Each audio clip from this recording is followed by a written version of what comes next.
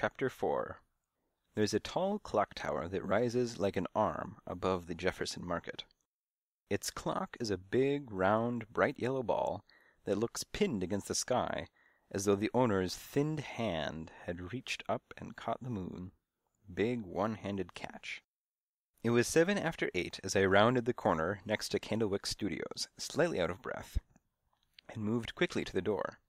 As I kept moving closer, I could smell my friend Spike, so I wasn't too surprised to find him sitting on the red plastic chair in the anteroom and dusting off a cracked-looking cushion with his tail. One reason Spike is so fussy where he sits is that he's black and shows lint. I'm gray, about exactly the color of a dust ball, a fact that my enemies are fond of pointing out. But it leaves me with a wider choice of spots for sitting down. He looked at me and grunted.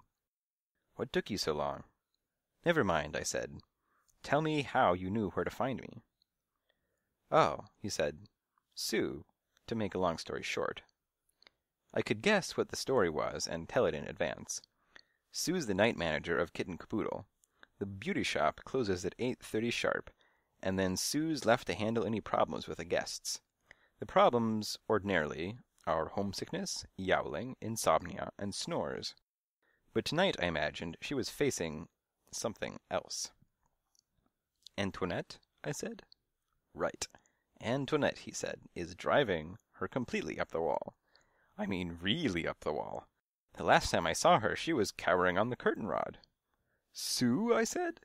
"No!" Spike nodded. "I was there. Antoinette," he said, "apparently didn't like her room. She didn't like her supper, and she didn't like her milk, and she didn't like her blanket, and she wants her fuzzy bear. Sue then suggested that I hurry on over there and help you find Sandy. She also suggested that if Antoinette really had to stay there for the night, she wouldn't live to see the morning." "Sue?" I said. "No." Spike was grinning. "Antoinette." I laughed. I wasn't really too concerned about Sue. She'd figure out quickly that the worst thing possible to do to Antoinette would be to pay her no attention. I settled on the floor and told Spike I was definitely glad to have his help, and then told him what I'd learned. He listened very hard and said, 5-minute trips. Round trips, I added. "Does that give you any thoughts?" "I think," he said thoughtfully, "wherever he was going, it was pretty close to here." "To be exact," I said, "something in a cat-running distance of 2.5 minutes, meaning 2.5 max. 2.5 there, plus 2.5 back, equals 5, he said. Right. Okay, so exactly how far could Sandy go? I mean, in actual distance. Are you testing me, Sammy? Look here, kid. You want to be a private detective, you'll be tested all the time. Go on. How far? He chewed on a nail a while and squinted very hard. Then he said, "Listen, if the question on your mind is how far can a cat run in 2.5 minutes, at a pace," I said, "that left him only slightly out of breath, then the answer is you'd have to take a clock and test it out." "Okay," I said, "according to the clock tower clock, I ran recently 1 block in exactly 1 minute. Just now?" "Just now." "So Sandy ran a maximum of 2.5 blocks." "Wrong," I said. 2. I mean, think about it, Spike. More than 2 blocks, and he'd have to cross the street." "So he'd cross the street." I said, think about it, Spike. I mean, how do you cross the street?"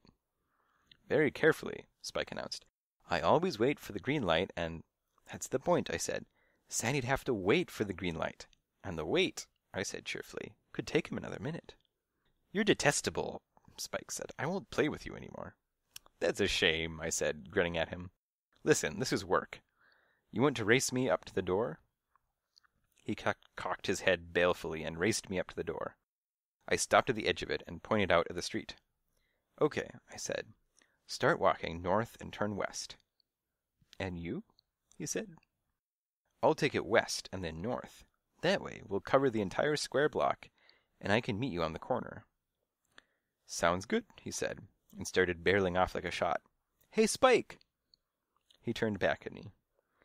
"You want to take it slow so you can look very carefully. You know what you're looking for?" Sure, he said. Sandy.